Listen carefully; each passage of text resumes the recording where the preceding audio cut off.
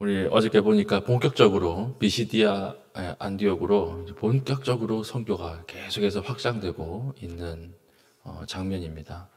안디옥 교회를 중심으로 선교가 점점점 넓어지죠. 이 과정에서 오늘 13절 보니까 마가 요한이 이탈합니다. 마가 요한은 레위 지파 아주 있는 집 자식이었거든요. 그러니까 이 있는 집 자식이 못 버틴 것 같아요.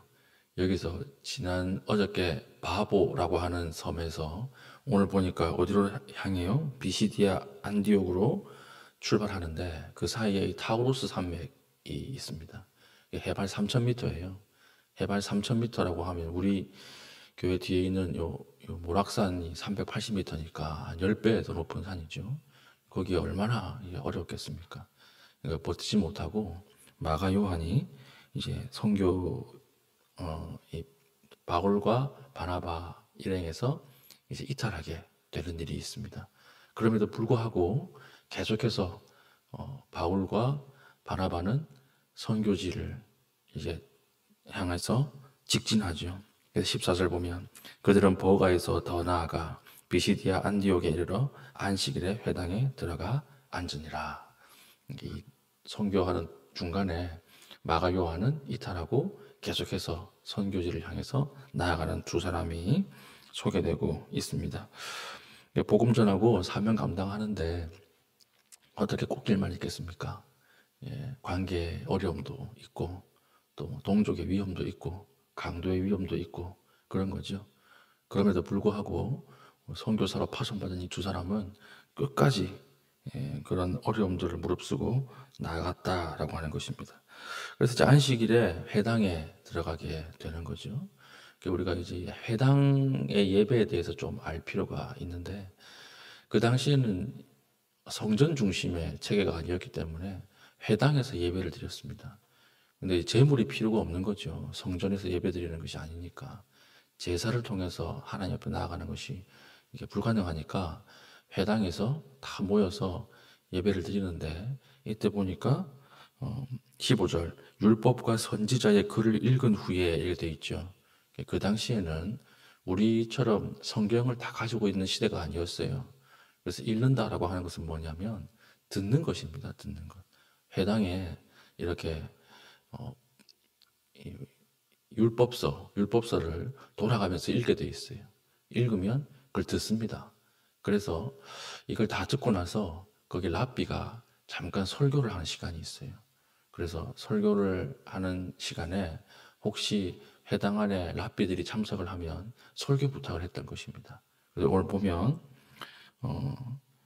15절 보면 율법과 선지자의 글을 읽은 후에 회당장들이 사람을 보내어 물어 이르되 형제들아 만일 백성을 권할 말이 있으면 말하라 하니. 그러니까 오늘 참석한 바나바와 사울, 그러니까 바울에게 랍비라고 하는 것을 알고 설교 좀 해주십시오. 이렇게 설교 부탁을 한 내용이 이 내용이에요. 그러니까 그때 설교의 내용이 뭐라고 하는 것입니까? 복음을 전하는 내용으로 나오는 것입니다. 구약과 신약을 아주 적절하게 인용하면서 결국 이 설교의 주제는 무엇입니까? 예수 그리스도가 메시아라고 하는 거죠. 23절 하나님이 약속하신 대로 이 사람의 후손에서 이스라엘을 위하여 구주를 세우셨으니 곧 예수라. 메시아가 왔다는 거예요. 메시아가 왔다. 그런데 그 메시아가 누구냐? 예수라고 하는 사람이다. 그 사람은 어떤 사람이냐? 30절 하나님이 죽은 자 가운데서 그를 살리신지라. 그 사람은 죽었다가 살아나겠다고 구약에 예언한 그 사람이 이미 우리에게 왔다라고 하는 것입니다. 그러면 이 설교를 듣는 사람들 회중은 누구였느냐면 오늘 나오죠. 16절 바울이 일어나 손짓하며 말하되 이스라엘 사람들과 및 하나님을 경외하는 사람들아 들으라. 이렇게 되어 있잖아요. 그 이스라엘 사람들아 라고 하는 것은 할례받은 유대인들이에요. 할례받은 유대인들. 그럼 여기 할례받은 유대인들 말고 하나님을 경외하는 사람들은 누굴까요? 이방인들 중에서 회당 안에 들어온 사람들이에요. 이방인들 중에서 하나님을 믿고 하나님에 대한 이런 신적 인식을 가진 사람들, 개종자들, 이 사람들이 회당 안에 같이 있었던 것입니다. 그래서 계속 강조하는 것이 이스라엘 사람들과 및 하나님을 경외하는 사람들이. 그리고 뒤에 또 나오죠. 26절. 형제들아, 아브라함의 후손과 너희 중 하나님을 경외하는 사람들아. 그러니까 특별히 지금 바울과 바나바는 이 두 사람에게 유대교 안에 들어왔지만, 회당 안에 들어왔지만 할례를 받은 사람들과 그렇지 못한 사람들, 이 사람들을 대상으로 설교하는데, 설교 내용이 13, 14, 15장 가면 약간 이제 이게 이상해요. 유대인들이 듣기에. 계속 예수를 왜 강조합니까? 이제 할례가 필요 없다는 거거든요. 할례가 필요 없다. 이제 할례로 구원받는 것이 아니고 예수 그리스도를 믿는 믿음 가지고 구원받는 것이다. 이렇게 이야기하니까 누가 기분이 나쁠까요? 유대인들이 기분이 나쁜 거예요. 우리는 할례를 받고 우리는 하나님의 백성으로 당당하게 살아가는데, 아니 이 할례를 받는 것이 필요 없다라고 하니까 기분이 나쁜 것입니다. 그러니까 이 바나바와 바울이 가는 곳마다 다툼이 일어나고 싸움이 일어나는 거예요. 우리는 왜 할례가 필요 없다 그러냐? 우리가 할례를 받았는데 그래도 그냥 믿는 것보다 할례 받고 믿는 것이 훨씬 하나님 앞에 좋은 것 아니냐? 이러니까 사도 바울과 바나바가 아니라고 하는 거거든요. 아니다. 하나님 앞에 이제는 할례 시대가 끝났다. 할례가 아니라 믿음이다. 이렇게 이야기하니까 가는 곳마다 복음을 전하는데 장애가 되는 거예요. 근데 반면에 누군 좋을까요? 이방인들 중에 개종한 사람은 좋은 거죠. 진짜, 진짜. 진짜 할례 안 받아도 되냐? 진짜 할례가 아니라 믿음이냐? 이러니까 이방인들 중에 더 큰 사람들이 몰려오는 것입니다. 야, 할례 안 받아도 된대. 믿음만 있으면 된대. 이러니까 이방인들이 더욱더 복음을 듣기 위해서 바울과 바나바 앞으로 몰려 나오게 되는 거예요. 그래서 우리 내일 본문에 보면 그 계속해서 이방인들이 이 두 사람을 초청해서 복음을 듣는 일이 일어나게 된다라고 하는 것입니다. 그래서 이제 할례가 소용이 없다. 할례가 복음을 전하는데 장애가 된다. 이러니까 15장에 보면 이제는 이 사도 바울이 예루살렘 공의에 올라가 가지고 할례 이거 폐해 주십시오. 없애 주십시오. 복음에 방해가 됩니다.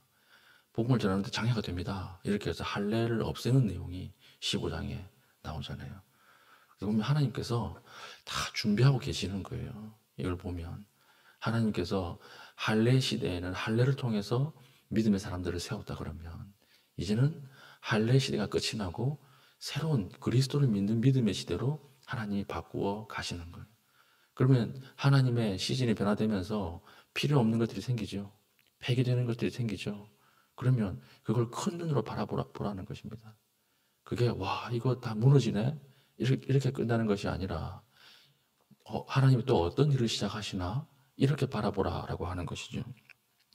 그래서 우리 무너지는 것을 안 무너뜨리려고 막 하는 것보다 무너지는 것을 통해서 하나님이 다른 일을 시작하시는구나. 이것을 깨달아야 한다라고 하는 것이죠. 우리 건강이 무너질 때 건강이 무너지는 걸 통해서 하나님이 다른 쪽으로 일하시겠죠. 우리 그 음악에도 G 선상의 아리아라고 하는 게 있잖아요. 다른 선을 바이올린에서 다 빼버리고 그 G 선 하나만 가지고 연주하도록 편곡한 거 아닙니까?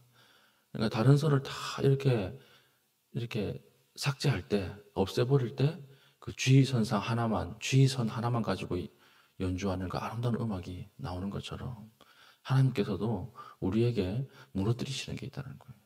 그 무너뜨리시는 것을 가지고 이거 아니면 안 돼. 이렇게 나가는 것이 아니라 이제 하나님이 다른 것 가지고 일하시겠구나. 이렇게 받아들이는 것이 그게 훨씬 더 복음적인 거예요. 그래서 우리가 성전이 있을 때는 하나님이 성전 중심으로 하나님 앞에 나오게 만드셨지만 이제는 성전 시대가 아니라 말씀 시대잖아요. 말씀 시대니까 하나님이 성전을 폐하시는 거예요. 성전을 문 닫는 거예요. 더 이상 성전에 목매지 말라. 이제는 바뀌었다. 이렇게 이야기를 하는 것입니다. 그럼 이제는 자연스럽게 하나님께서 말씀으로 일하시겠구나. 이것을 이제 13, 14, 15장에 우리가 보면서 쭉 알 수가 있는 것입니다. 그러므로 우리 다 위기라고 이야기하는데 위기는 없어요, 사실. 사실 우리 인간 입장에서 볼 때 위기지 하나님의 입장에서 보면 또 다른 하나님의 일하심의 시작입니다. 다 무너졌고 다 깨졌습니다라고 이야기를 하는데 다 깨진 거 아니에요. 다 깨진 것이 아니라 하나님이 이제는 다른 방식으로 일하기 시작하는 그 시간이 열린 것입니다. 그래서 이사야서에서 나오죠. 내 길이 너의 길보다 더 높고 내 생각이 너의 생각보다 더 높다. 하나님을 신뢰하십시오.